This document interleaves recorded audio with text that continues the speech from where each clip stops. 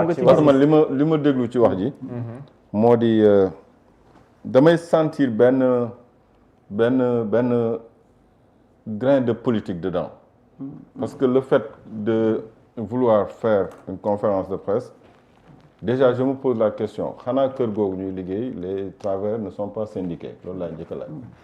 bu fekkee ils sont syndiqués je pense que syndicat bi moo waroon porter li nga xamante ni moo nar a jëmale kër gi ginnaaw benn.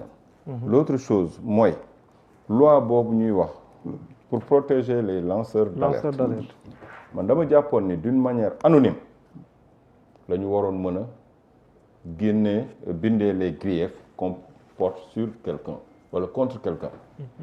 On pouvait écrire d'une manière anonyme restant sous l'anonymat pour dénoncer des faits yi nga xamante ni peut-être jaaduwul.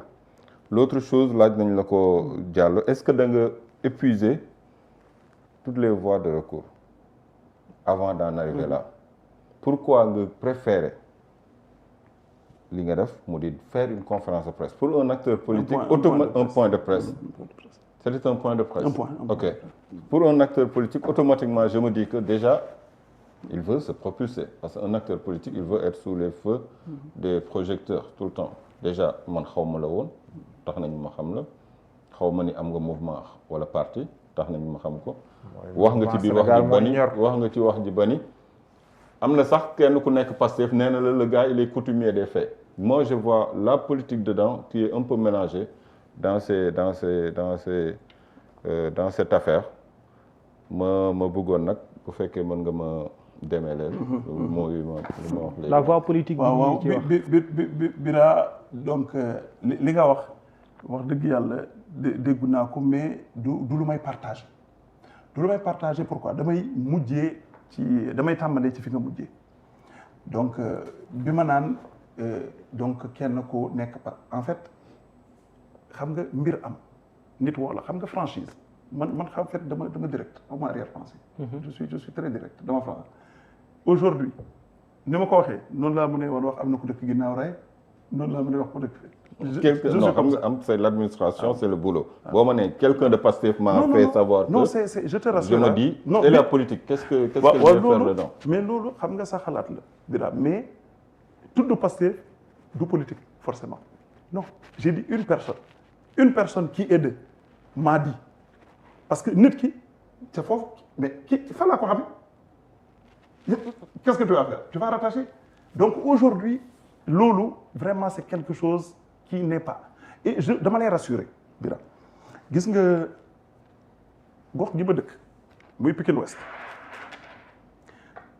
ku fa ne Cheikh Ahmed Tidiane Thiam di nga xam département bi ma dëkk muy Pikine ñi ma ko war a sekkal xam nañ gis nga bu ñu bëggoon yenn fësal yi ci politique man maa choisir doxali ni may doxali nit ñi xam nañ ko donc du ma xeetu vraiment nit boobu noonu pour te rassurer quoi y a vraiment pas de connotation politique ñëw ci li nga wax pourquoi le point vraiment le point au lieu peut-être donc effectivement donc d'avoir recours à Bira li ma wax sànq defe naa da ngeen ci bàyyil xel dama ne dama yàgg ci administration xam nga depuis ñu ngi waxu système waaw ñu ngi waxu système bi xam nga système bi mooy la boo leen ko xamul man dama leen koy wax man mi ci yegg gis nga da ngay bind dafay egg fenn dañ koy téye oui non du egg dañ koy téye dans le circuit te buñ ko téyee d'habitude dañ koy téye ba pare woon nit ki parce que d'habitude c'est comme ça c'est comme ça que ça se passe dañ koy téye woon nit ki mais yow sa diw c'est comme ça que ça se passe en réalité gis nga c'est pas que on n'a pas écrit c'est pourquoi je parlais tout à l'heure gis nga j'ai beaucoup écrit et j'ai été déchargé waaw donc c'est pourquoi je dis faut pas xam nga du lépp la ñu bu dee bind ci réew j'ai beaucoup écrit à des autorités au ministre non j'ai à des autorités pas forcément sur ce cas sur ce cas je savais que si j'écrivais c'est peine perdue xam nga dafa am situation boo nga xamante ni bi daal boo ko jàngatee nga xam ni lii mooy mbir bi am na lu ma ciy def du ko régler da ngay xam ni en fait faut que ma jël tout le monde à témoin nga xamante ni kenn du ko téye en fait da lay leer ni lii may def dina tax ñi war a xam muy le président de la République muy le premier ministre muy le ministre Déthié Fall ñu am information bi te kenn du ne moroomam te yëguma woon est-ce que vous voyez parce que mais à votre place doguma la à votre c'est place extrêmement important à votre place j'allais interpeller un élu du peuple un député parce que tout dernièrement am na ñu ma interpellé ci benn cas ma ne leen dans votre département il y a un député essayez de l'écrire de lui envoyer une lettre parce que quelqu'un comme Guy Marius Sagna quoi qu'on puisse dire yàgg na soulever ay questions écrites au gouvernement ci ay cas yoo xamante ni gis na ni ay malversation la wala ay contrat yu jaarul yoon mu xew ci telle société par rapport au véhicule yaa ngi doon joxe 600 000 francs voilà par mois c'est ça mooy pour converser chaque mois voilà et pourtant au même moment mi ngi am oto non selon li nga wax quoi mais loolu yu ni mel est-ce que vous êtes d'accord avec moi que quelqu'un comme Guy Marius Sagna yàgg na bind ay lettres di ko adresser gouvernement bi te information yi muy joxe c'est un travailleur moom moo koy fournir ku nekk ci biir boîte bi pourtant ñun ñëpp yëg nañ ko c'est un élu du peuple mettre na ko sur la place publique et il interpelle directement le gouvernement qui est tenu de répondre à la lettre. moi je vais vous dire gis nga Bira Guy mu ngi def liggéey bu am solo ci fànn woowu ñu ngi ko ci féliciter d'ailleurs mu ngi ci def liggéey bu am solo ak yeneen élus du peuple yëpp nag ñu ngi leen di féliciter ñu ngi def liggéey yu am solo ci remonter li nga xamante ni mooy jafe-jafe askan mais gis nga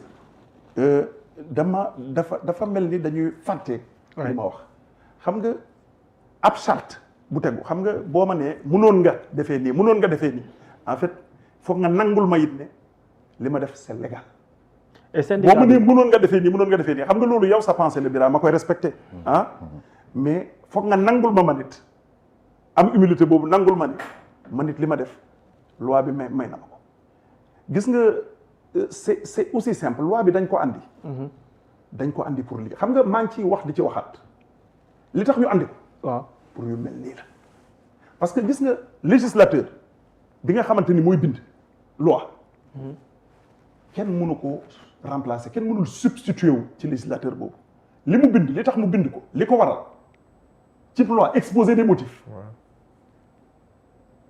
moo xam li tax mu bind ko te législateur bi nga xamante ni may na la muy yoon waaw boo nga xamante ni mën nga koo utiliser wax dëgg yàlla je pense que kenn mën na la ci ŋàññi kenn mënu la am nañu la si ŋàññi ay xalaat la te député ngi si biir xam nga Bira Sànq xalaat ngi tudd ay xalaat la tudd Guy Marius Sagna beneen député Abdou Mbow jàpp na ne yow sa génn bi dafa mel nii ni ma ko mën a misaal dafa mel ni daal fi mu doon mbiri daal dëpp daal administration léegi moom wax dëgg yàlla dëpp na ay DRH yu def point de presse di vilipender seeni DG mu jàpp na daal loolu dafa mel ni orthodoxie orthodoxie administration léegi leen nëmmeel gis nga jàll oui xam nga lu tax keroog ma tudd surtout suma responsabilité en tant que politique dama ne en fait dafa am loo nga xamante ni bu amee xam nga dafa am loo nga xamante ni mën na koo séparer benn nit la j'ai toujours essayé de séparer les choses mais ce qu'il faut éviter c'est que demain parce que ñun ñëpp dañu dem les hommes passent les institutions demeurent gis nga bu ma toogee di xool ab situation parce que gis nga bu ma neexoon non damay toog jàpp sama ñaambur parce que li ngeen xamul c'est que mënoon naa téye ces bonnes relations imam ak directeur général amuñu woon problème maak moom amu leen problème au début amoo leen alors non balaa sax mu ñu koy nommer yooyu am na pas de problème mais dëgg c'est-à-dire xam nga nit koo nga xamante ni bëggul wax la dëgg en fait c'est ça aujourd'hui le problème tu as essayé de changer des gens c'est ton pouvoir discrétionnaire mais aujourd'hui me dire damay changer mais bu ci wax ça c'est un problème mais la démarche ça c'est un problème et en 5 mois c'est pas un peu très tôt d'être au bout d'être à bout jusqu'à vouloir tout exploser Bira yow li ngay wax noonu est-ce que xam nga ni am na ñeneen ñu naan en 5 mois qu'est-ce qui a pu être gâté qu'est-ce qui a pu se causer maa ngi wax 3 mois 90 jours mais 5 mois yaa ngi 150 jours mais aujourd'hui tu es dans une structure qui roule très vite xamul loolu donc aujourd'hui quand les choses se passent se cumulent les injustices se cumulent mbir bi dafay am foo nga xamante ni dafa mel ni doo leen dégg donc yi nga xamante ni ñu ngi koy teg mbir mi dina egg foo nga xamante ni si tu n'arrêtes pas la saignée mais aujourd'hui c'est préjudiciable à qui mais aux agents c'est pourquoi je dis gis nga man mënoon naa toog gis nga li position bi gënoon yomb c'était de dire je suis directeur je profite de mes privilèges du ma wax et je suis du côté de la direction je deviens un bini oui lu directeur wax rek ma ne ko oui lu mu wax rek ma ne ko oui bu boobaa du ñu am benn jafe-jafe et je serai très tranquille et j'aurai encore mes privilèges. Mais tu as préféré, Tout le monde- tu as préféré être le chevalier blanc, le contraire. celui qui va En sauver fait- la boîte, En fait, le héros en quelque sorte. pas le héros. Et le syndicalisme dans non, tout elle ça. da nga wax lu am solo tout à l'heure. les syndicats. bu ñu amoon syndicat ci biir ñu porté ko mais y a pas de syndicat justement donc moo tax sànq bi ngay wax ma lay teewlu dañ leen koo tere wala. man dama lay teewlu y en a pas. y en a pas pouvez depuis que mettre- Ageroute et Ageroute. Oui, mais pouvez donc essayer de mais mettre en place. xam nga nag lu nekk dafa am fu muy tàmbali. donc jàppal ni peut-être donc acte bii nga xamante ni yàlla dogal nañu posé ko peut-être que ça ouvre la porte effectivement. à mais tout ça. jàppoo ne orthodoxie administration ak yooyu salfaañe nga ko ci sa démarche. non Diallo gis nga dama leen di wax lu am solo. xam nga depuis yéen a ngi wax li ngeen di wax yëpp en fait ay hypothèse la est-ce que boo leen xalaat boo leen seetloo yéen a ngi naan est-ce que. Bien est-ce sûr, que bien sûr. donc ay hypothèse la. mais en réalité man charte laa teg teguma hypothèse ah charte laa teg en fait que quelqu'un me dise que charte bi dafa interdire li nga def en fait loolu la te comme je dis. lii mais est-ce que amul équilibre bi ñuy trouver entre l'obligation de réserve. non Diallo ak yow bëgg lanceur d'alerte bi nga. je vais revenir à ça est-ce que xam nga Diallo li tax ñu mettre en place aujourd'hui la loi sur le statut dañ di statut et protection des lanceurs d'alerte mais lu tax ñu def ko est-ce que xam nga ko. est-ce que nii la ñuy lancer alerte. est-ce que nii la ñuy lancer alerte. ah non c'est ce que la loi a prévu en fait loi bi loolu la prévoir. Et la loi a prévu des sanctions pour des diffamations. Ne l'oublions pas, si. ne l'oublions pas. mais nag gis nga moo tax Bira dafa mel ni doo leen bàyyi xel xam nga maa ngi naan sànq. damay solliciter ñu leeral. ñu enquête. xam nga ku ne nañu leeral mais dafa toog fu leer wanu ma la léegi daal. c'est-à-dire gis nga nit koo dégg mu wax rek Bira xam nga tolluwaay yamul ci doomu aadama yi xam nga yaa ngi naan mën nañ muñ li nit ñi mën nañ peut-être muñ la ko raw mais est-ce que tolluwaay yi ñoo benn lañu kenn xamul c'est-à-dire yaa ngi am ay agent ci biir li ñuy dund ci frustration xamoo ko xam nga maa ngi wax mais dama lay jox exemple léegi nga xam benn yow ñëw nga wàccee nga nit ki c'est droit la on dit c'est vraiment ton pouvoir discrétionnaire d'accord mais boo wàccee nit ki Bira mais nit ki dafa am ay dignité dafa am dignité yu mel am déet wàccee nga ko xanaa mu doon sa collègue doon directeur nga wàccee ko bu la woowee téléphone xanaa nga mën koo jël boo amul élégance balaa nga koy wàccee sax ne ko écoute j'ai décidé naa wàccee la donc vraiment confier la leneen parce que soxla naa la feneen. mais est-ce que xajati na foofu. dans la mesure où yow tamit bi nga def sa point de presse. est-ce que woo nga leen aussi pour waxtaan ak ñoom. non je parle d'avant en fait damay joxe exemple li andi. Ouais. xam nga cumul de problème dafay toll foo nga xamante ni li ma wax lii mooy doon la seule voie qui peut peut-être permettre parce que dama ne à situation exceptionnelle mesure exceptionnelle c'est-à-dire gis nga situation mooy demee noo nga xamante ni mesure bi foog mu ajuster mën a méngoog situation bi. d'accord parce que li ma wax léegi nit ki nga wàccee ko mu woo la téléphone nga bañ koo jël. mais dégg gu ma mu yónnee la message bàyyi maa ngi ñëw léegi xaalis bu ñu luubal. dégg gu ma fi ay contrat de gré à gré. déglu ma fi ay chantier yu nekk à l'arrêt pour une mauvaise gestion. parce que Ibrahima Ndiaye mi ngay wax. yàgg naa ànd ak moom tournée. c'est ça feu Ibrahima Ndiaye. yàgg naa ànd ak moom tournée sur le terrain. mais bi nga demee ba tudd ko ci dama ne amee tiens. fii laa doon xaar mu ñëw. kii neexuma mais kee moo doon moom laa déggoo. non je vais t'expliquer. Avec l'ancien DG, ok, mais avec le nouveau. Non, je vais t'expliquer tout de suite, Bira.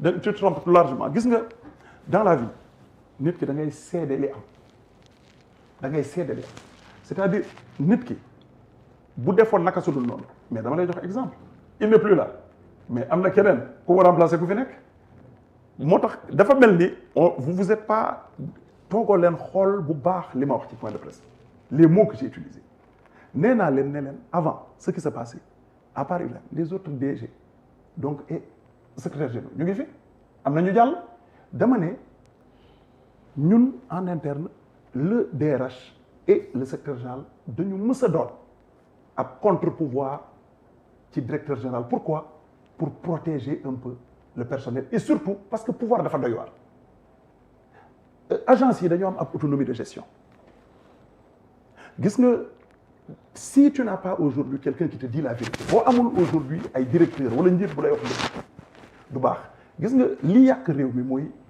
njiit yi nit ñi dañuy bëgg tout le temps ñu leen di wax li ñu bëgg a dégg c'est vrai il faut être discipliné c'est vrai il faut être très correct mais bu dëgg jotee da nga koy wax gis nga loolu am solo te Bira sànq pour me terminer foofu pour nga comprendre est-ce que yow mi nga xamante ni da nga nekk ci structure de liggéey ñu wàccee la xam nga dañ naan le travail décent c'est une question de dignité humaine la yow nga am ay mbokk tey ñu ne la waaw Bira wàccee nañ la en principe bu ñu la wàccee ci charte législation du travail lu mu wax bu ñu la wàccee dafa am fu ñu la war a yóbbu parce que dañ la war a jox liggéey employeur dafa am obligation jox la liggéey mais est-ce que comprendre nga ñu teg la fenn ci benn bureau nga toog 3 mois non seulement amoon note bu la affecté fenn dañ ne rek diw a été nommé ci sa place mais yow amul benn note bu ne def nañ la fii en fait chaque suba nga xëy nga ñëw yaa ngi toog ci benn bureau nga def ko pendant 2 weer Bira loolu neex na ci xol. ana kooku. ah mu ngi fa. démissionné wul. non naka lay démissionné. mais la muy am Bira. mais moom mu ngi supporté mais Bira li nga wax c'est grave parce que. non dama jàpp ni moom mu ngi supporté. non Bira et puis il a la patience. non Bira kooku. peut-être il a la patience te xam na ni. je suis désolé ba pare poste bi ñu ko jëlee. moi je pense que c'est pas une injustice. mon frère mais yaa ngi juum nag. non li ngay def nii nag. c'est en fait li ngay def nii. c'est très grave parce que. néew ma li ma wax dëgg la non parce que da nga ni. dama ni je pense mais c'est grave. parce que benn poste aujourd'hui tu ne sais xam nga administration amul benn poste boo xam te ni. mais Bira may ma wax la xam nga da nga wax lu am solo da nga ne non nit ki mu ngi supporté mais man mais li tax ma génn lan la mais DRH mais c'est le mur de lamentation mais ñun problème bu amee ci kan lañ koy lijjanti mais ci moom la conflit interpersonnel conflit organisationnel type structure ci DRH lañ koy liggéey donc aujourd'hui bul ne non moom mu ngi supporté déet mais da nga xam man li ma ko wax da nga xam li ma ko wax bi mu ñëwee seet si ma effectivement damay defal toogal nga liggéey sa liggéey. mais fii Bira incha allah dina baax. mais li ma bëgg nga xam maanaam ay malversation. non parce que ñun public bi yooyu maanaam ay luubal. xam nga ay yooyu noonu c'est que yooyu. xam nga jàll. oui. dañ naan qui vole un œuf volera un bœuf. waaw wàññi bu nekk ci benn lay tàmbale. gis nga y a pas de petite faute et de grande faute il faut faire très attention c'est-à-dire lu nekk ci benn lay tàmbale xam nga ñu ne la amoo droit ci oto ñu ngi lay fay 600 000 indemnité. waaw loolu quand même c'est curieux. nga téye ñaari V8 nga ne ma y a pas ceci y a pas ñaari V8 c'est en fait le goût de luxe nga ne ma benn V8 bi amaana day yóbbu sa doom école dama xamul ndax yéen a ngi xalaat. c'est-à-dire en réalité gis ngeen dama leen di wax benn affaire. gis nga 2021 la loi bi ñëw bi loi bi duggee ba tey jii c'est la première fois ci diggante bi ñu am directeur général boo nga xamante ni de façon manifeste dafay téye oto te xam nga am na loo nga xamante ni enquête moo koy lijjanti c'est pourquoi ma wax depuis sànq nañu def enquête moo tax vraiment sama gars yi Bira bu ñu dugg ci ne noo dégg gu ñu lii parce que lu nekk dafa am fu muy tàmbalee. donc lu leen intéressé dafa am fu nekk fu muy tàmbalee c'est-à-dire il faut nañu xool li ma wax yépp ci point de presse je demande ñu def enquête. par rapport à ñu xool ndax am na wala amul te dégg nga yamuma rek ci loolu de maa ngi wax ci yeneen. xam nga dégg nga ma tudd. est-ce qu'il y a eu des indemnités aussi non versées dégg ngeen ma tudd ci benn wàll. waxu offre spontanée. waaw. dégg ngeen ma tudd ko. dégg ngeen ma tudd plus spécifiquement passerelle Yoff Tongoor. mais bi ma koy tudd pour lan la woon. waxuma foofu ba tudd ne ñu ngi doon waajal ab marché boo nga xamante ni peut-être dina coûter 100 millions. loolu laa wax ci point de presse ñu ngi ko doon waajal. lan laa wax dama ne non entreprise bi nga xamante ne moom moo ko defar. yéen a ngi fàtte petite passerelle bi amoon fële la bi ñu defoon bi ñona waaw mais ko peut-être dans le cadre de la RSE. mais aujourd'hui passerelle bu ñu laal mu des accès camion teg ko ñu war cee fayaat peut-être lu toll par exemple ci 100 millions pour defar mais man dama jugé woon ni il suffisait de demander à l'entreprise compte tenu de marge yi nga xamante ni jot na koo def. waaw. mais juste de reposer effectivement la passerelle. pourquoi fallait aller vers ça. D'accord. En fait yooyu benn. te moo tax sëriñ bira sëriñ bu màgg baax na ngeen xoolaat man ñu bëri dañuy wax mais j'ai comme l'impression que dañu xool ay extrait rek mais xool point de presse yow. j'ai comme l'impression ñu bëri ay extrait la ñu xool wax ñuy fàttali aussi donc il faut bien regarder ce que j'ai dit. ñuy fàttali que yow tam jéem nga approché de la direction générale mais sans réponse aussi. waaw moom tamit même ce qui est du directeur général en personne. bind nga ko am réponse je l'ai appelé également aussi. voilà mais bon il y a pas eu mais je vais te dire quelque chose. Tu sais, si tu disais au Sénégal, dites-moi le nombre de personnes qui ont le même truc que toi. Je te dis même plus la journée seulement. Certainement, je suis sûr que beaucoup de gens leveront la main. Non, c'est pour charrier un peu. Non, on comprend. Mais nous, c'était pour juste dire que on a essayé de... Il y a mon équipe ben côté bi quoi. Mais sans réponse de son côté quoi. Doyen, am nga si réaction? Inévitablement. Inévitablement. Fekk na. Machallah. fekkee moo la si boole.